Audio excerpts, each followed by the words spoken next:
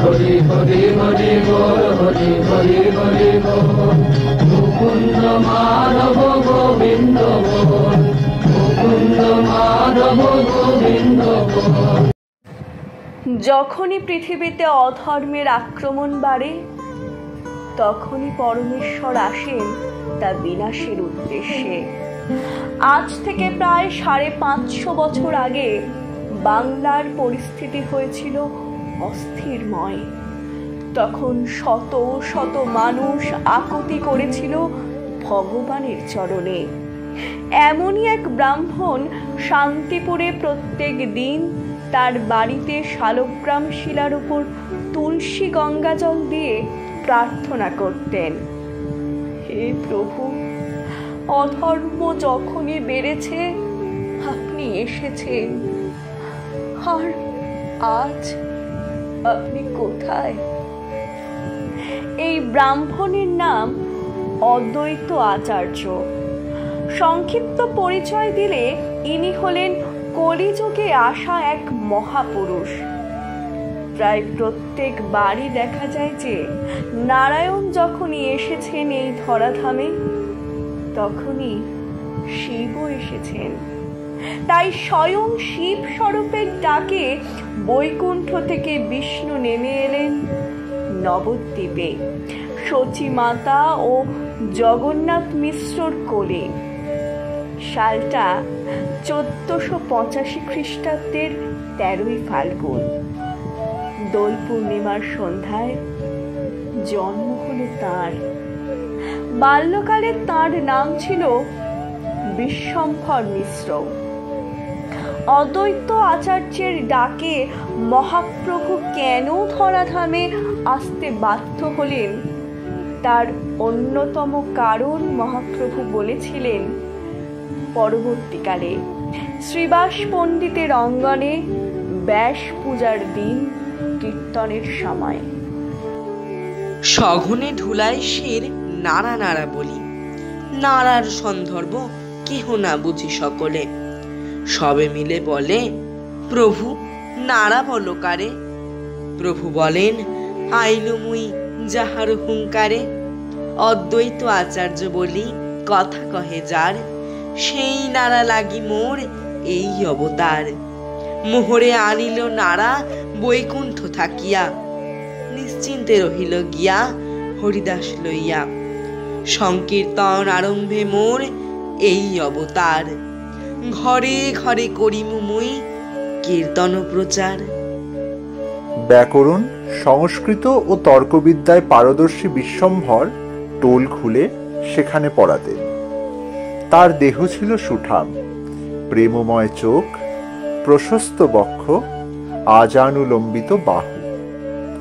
পছন্দসই সুশীলা কন্যা লক্ষ্মীপ্রিয়ার সঙ্গে তিনি সংসার করলেন, কিন্তু অচিরেই বিধির বিধানে সাড়া দিতে হলো লক্ষ্মীপ্রিয়াকে। সংসারের মোহডোর ছেড়ে তিনি চলে গেলেন বহুদূর। এরপর বিশ্বম্ভর বিবাহ করলেন বিষ্ণুপ্রিয়ার সাথে। কিন্তু এক স্বাভাবিক জীবনে হঠাৎ এহেন আমূল পরিবর্তন কিভাবে একজন গম্ভীর পণ্ডিত মানুষ হয়ে গেলেন এমন অখিল রসামৃত মূর্তি? কেন তিনি নিলেন সন্ন্যাস? কেন বের হলেন ভক্তি প্রচারের উদ্দেশ্যে? এরম নানা প্রশ্নের ভিড় জমে আমাদের মনে। আসলে দেহত্যাগের পূর্বে পিতা জগন্নাথ মিশ্র বিশ্বম্ভরকে বলেছিলেন গয়ায় তার পিণ্ড দান করতে। তার মা শচীদেবীও তাকে বলেছিলেন গয়া গিয়ে স্ত্রী লক্ষ্মীপ্রিয়া ও পিতার পিণ্ডদান করতে। তাই গয়া গিয়ে পিণ্ডদান করলেন বিশ্বম্ভর। সেখানেই নবদ্বীপের পর তার পুনরায় দেখা হলো মাধবেন্দ্রপুরী মহারাজের সঙ্গে। তখন থেকে শুরু হলো তাদের ভগবত আলোচনা। সে ভগবত তত্ত্ব বিশ্বম্ভরের হৃদয়ে গভীর প্রভাব ফেলল। তার হঠাৎই মনে হতে লাগলো এই তর্ক বিতর্ক, জয় পরাজয় সমস্তই তুচ্ছ। তিনি দীক্ষা নিলেন মাধবেন্দ্রপুরীজির কাছে। যখন ফিরলেন নবদ্বীপে, তখন সবাই দেখছে যে এ যেন এক পরিবর্তিত নিমাই, যার কৃষ্ণ বিনা কিছুই ভালো লাগে না। সর্বক্ষণ শুধু কৃষ্ণ নাম নেয় আর অশ্রু জলে বুক ভাসায়। বন্ধ হয় টোল, দুশ্চিন্তাগ্রস্ত সচিমাতা। পাছে নিমাই তার বড় দাদার মতো না সন্ন্যাস গ্রহণ করে ফেলে। এরই মধ্যে চতুর্দিকে নিমাইয়ের ভাবোদ্বেগের কথা ছড়িয়ে পড়ল। খবর পেয়ে ছুটে এলেন অদ্বৈত আচার্য, শ্রীবাস পণ্ডিত, মুকুন্দ, মুরারি, শ্রীধর, জগদানন্দ। দেখে পুলকিত হলেন সবাই ও আশ্বস্ত করলেন সচিমাকে। বৈষ্ণবদের সঙ্গে নিয়ে নিমাই নবদ্বীপে আনলেন ভক্তিসাগরের প্রবল ঢেউ, যার প্রভাবে আচণ্ডাল ব্রাহ্মণ একই দলে বাহু তুলে নাচতেন আর নিমাই বিলিয়ে দিতেন শ্রীকৃষ্ণ প্রেম।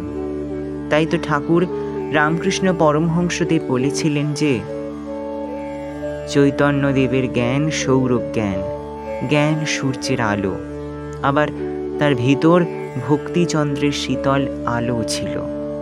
ব্রহ্মজ্ঞান ভক্তি প্রেম দুইই ছিল। এরপর তার দলে এলো প্রভু নিত্যানন্দ ও জবন অর্থাৎ হরিদাস ঠাকুর। নিত্যানন্দ সর্বদা আগলে রাখতেন প্রভু নিমাইকে।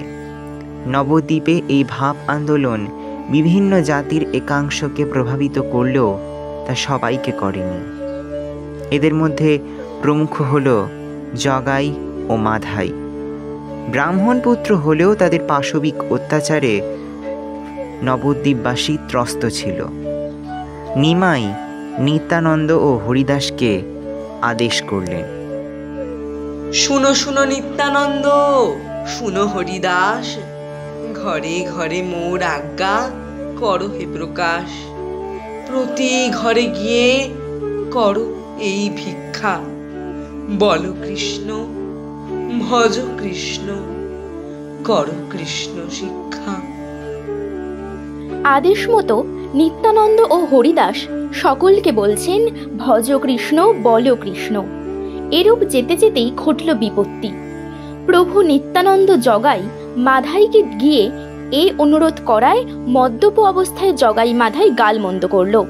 শেষে রেগে গিয়ে কলসি ছুঁড়ে মারল তারা নিত্যানন্দের মাথায়। অনর্গল রক্তের ধারা পড়তে লাগলো। সেই অবস্থাতেও তিনি জগাই মাধাইকে কৃষ্ণ নাম করতে বলায় তারা অবাক হলো। এই খবর পেয়ে এলেন মহাপ্রভু। নিত্যানন্দের মাথায় রক্ত দেখে তিনি সিংহসম গর্জন করে সুদর্শনকে আহ্বান জানালেন। দুবার হুঙ্কারের পর তৃতীয় হুঙ্কার দিলেই সুদর্শনের আগমন নিশ্চিত, আর সে এলে জগাই মাধাইয়ের। একথা ভেবে নিত্যানন্দ সঙ্গে সঙ্গে তাকে বাধা দিলেন ও জগাই মাধাইকে কৃপা করতে অনুরোধ করলেন।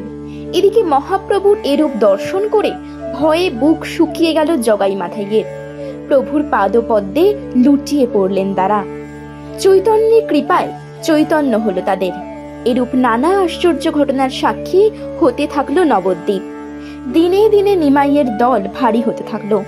সেই দল নিয়ে নিমাই হরিনাম কীর্তনের মধ্য দিয়ে তৎকালীন সাম্রাজ্যবাদীদের বিরুদ্ধে প্রতিবাদও চালিয়ে গিয়েছিলেন।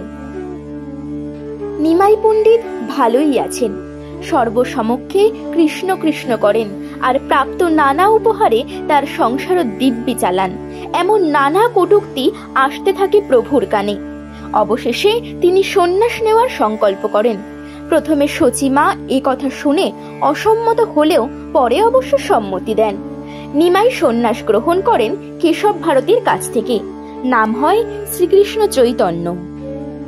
অনেকে বলেন তিনি মা ও স্ত্রীকে কষ্ট দিয়েছিলেন, কিন্তু এক্ষেত্রে মাথায় রাখা দরকার যে তিনি মাতৃ আজ্ঞা নিয়ে সন্ন্যাস গ্রহণ করেন ও মায়ের ইচ্ছায় পুরী ক্ষেত্রে গমন করেন। পুরীতে থাকাকালীন তিনি এক ছোট্ট ঘরে থাকতেন, যা বর্তমানে শ্রী গম্ভীরা নামে পরিচিত। ভক্তরা বিবিধ সুস্বাদু খাবার দিলেও তিনি তা দুস্থ ও অসহায় মানুষদের মধ্যে ভাগ করে খেতেন। আবার অনেকের মনে হয় তিনি রাধাকৃষ্ণ ব্যতীত অন্যান্য দেবদেবীকে মানতেন না, কিন্তু শ্রীবাস অঙ্গনে পৌরাণিক পালায় তিনি শিব, নৃসিংহ, রাম প্রভৃতি দেবতার এবং ভগবতী, লক্ষ্মী, রাধা প্রভৃতি দেবীর ভাবে আবিষ্ট হতেন।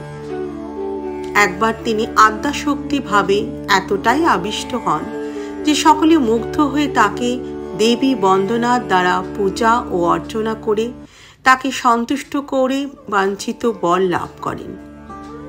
চৈতন্যদেবের ভাব আবেশ দেখে অনেকে তাকে বিরূপ শব্দবন্ধনে অভিভূত করেন, কিন্তু এই ভাবই পথ দেখিয়েছিল বহু মানুষকে ঠেলে দিয়েছে মুক্তির পথে। এমনকি তিনি খুঁজে উদ্ধার করেছিলেন জঙ্গলাকীর্ণ বৃন্দাবন ধাম। বহু মানুষকে শিখিয়েছিলেন অন্যকে ভালোবাসতে। কথিত আছে যে দাপরে ব্রজ লীলায় সমস্ত গোপী সহ শ্রীকৃষ্ণ, রাধারানী প্রত্যেকেই কলিতে শ্রী চৈতন্য লীলায় এসেছিলেন বিভিন্ন বৈষ্ণব সাধকগণের রূপে। এনাদের মধ্যে 5 জন হলেন বিশেষ, যাদেরকে বলা হয় পঞ্চতত্ত্ব। প্রথমেই মহাপ্রভু চৈতন্যচন্দ্র, যিনি হলেন দাপরে রাধাকৃষ্ণের যুগল অবতার, অর্থাৎ কৃষ্ণই তার প্রতি রাধার ভাব বোঝার জন্য এই অবতার গ্রহণ করেছিলেন। একদিন জগন্নাথ দেবকে দেখে মূর্ছিত হন মহাপ্রভু। মন্দিরের পাণ্ডা বসুদেব সার্বভৌম তাকে নিজের বাড়িতে নিয়ে গিয়ে সেবা শুশ্রূষা করেন। তিনি দুঃখ পান এই শুনে যে চৈতন্যদেব এত ছোট বয়সে সন্ন্যাস নিয়েছেন। অল্প বয়সী চৈতন্যদেবের বুদ্ধিশুদ্ধ হবে এই ভেবে তিনি বিভিন্ন শাস্ত্র, উপনিষদ পাঠ ও ব্যাখ্যা করতেন প্রভুর সামনে। কোনো প্রশ্ন করছেন না দেখে সার্বভৌম একদিন প্রভুকে ব্যাখ্যা বুঝতে পারছেন কিনা জিজ্ঞাসা করায় প্রভু উত্তর দেন, ব্রহ্মসূত্রের মানে বুঝতে পারলেও সার্বভৌমের ব্যাখ্যা তিনি বুঝতে পারছেন না। এই শুনে সার্বভৌম অত্যন্ত রেগে গিয়ে মহাপ্রভুকে ব্যাখ্যা করতে বলেন।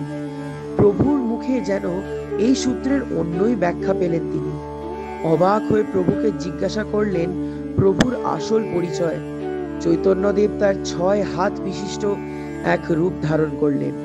তার 2 হাতে ধনুর্বাণ অর্থাৎ তিনি রাম, 2 হাতে মুরলী অর্থাৎ তিনি কৃষ্ণ, বাকি 2 হাতে দণ্ডকমণ্ডলু অর্থাৎ তিনি কলিতে চৈতন্য। নীলাচলে থাকাকালীন এভাবেই নানা লীলা করতে থাকেন প্রভু। এরপর দক্ষিণাত্যের উদ্দেশ্যে রওনা দেন তিনি কৃষ্ণ নামের মহিমা প্রচার করতে। পরবর্তীকালে পুনরায় ফিরে আসেন পুরীতে। তার ফিরে আসার খবর ছড়িয়ে পড়ে চতুর্দিকে।